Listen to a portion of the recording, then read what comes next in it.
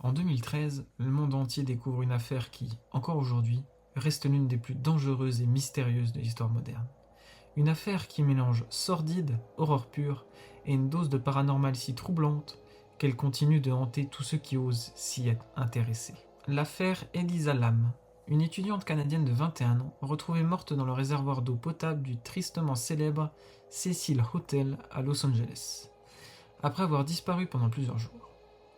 Mais avant d'en arriver à ce dénouement macabre, il faut comprendre le décor et le contexte qui entourent cette histoire, car rien n'arrive par hasard dans cet hôtel. Un bâtiment de 600 chambres, ouvert en 1929.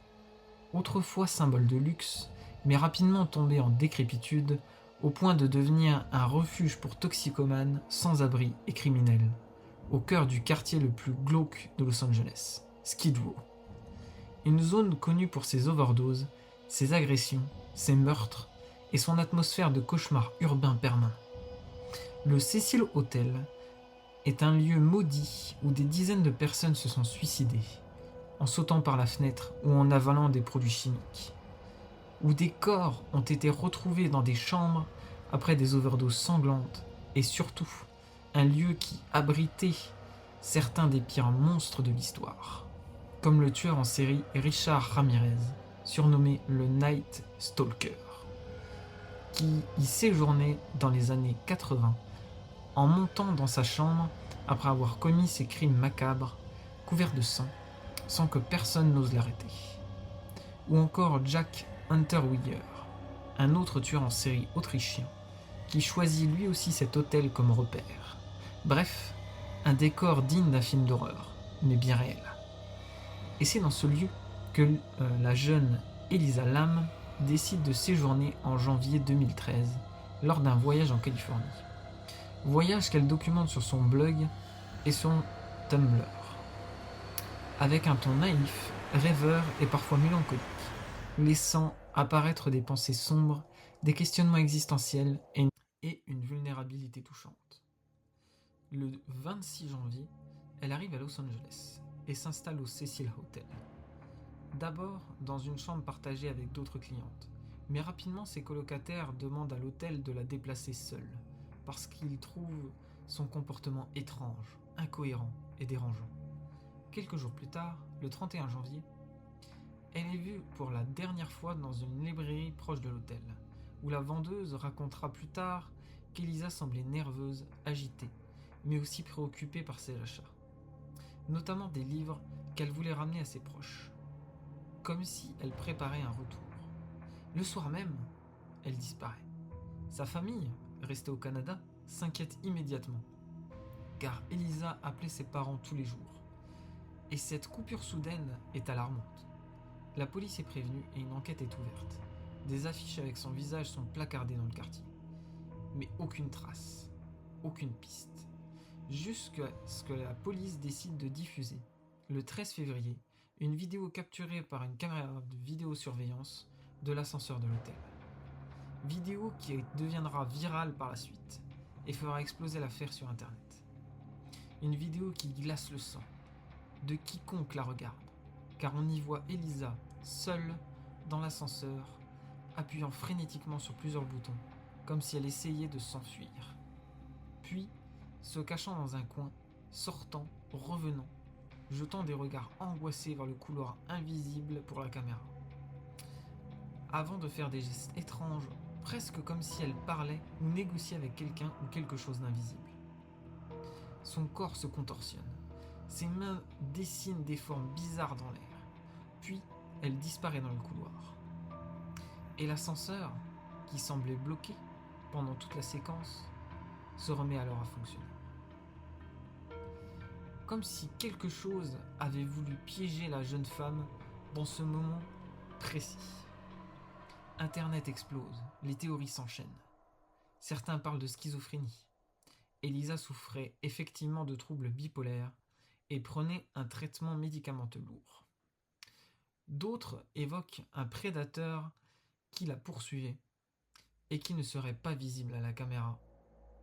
D'autres encore voient dans ses gestes un rituel, une sorte de transe, et beaucoup affirment que son attitude est la preuve qu'elle n'était pas seule.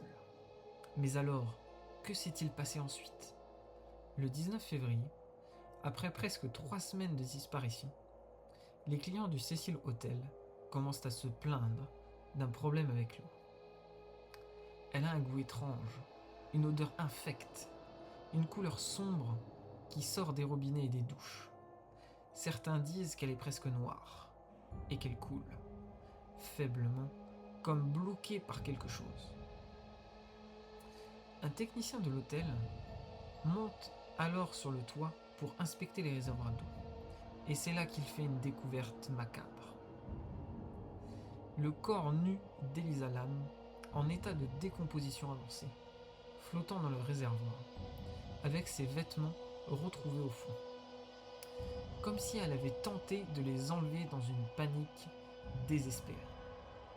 Ce qui choque, c'est que pour accéder à ces réservoirs, il faut franchir une porte verrouillée et équipée d'une alarme, puis grimper une échelle métallique de plusieurs mètres, et enfin soulever un couvercle en métal très lourd, avant de se glisser à l'intérieur.